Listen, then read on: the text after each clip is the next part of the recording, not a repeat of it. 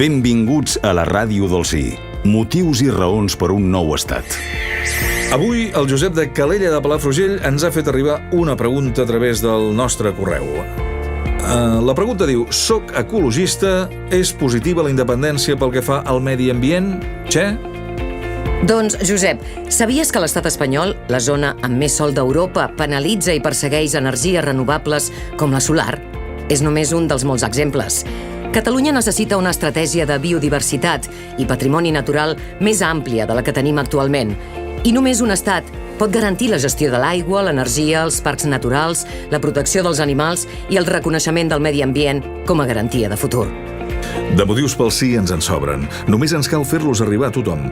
Ajuda'ns a compartir-ho a través de les xarxes socials i si tens dubtes per votar sí, pots enviar un WhatsApp. La Ràdio del Sí. Motius i raons per fer el millor país.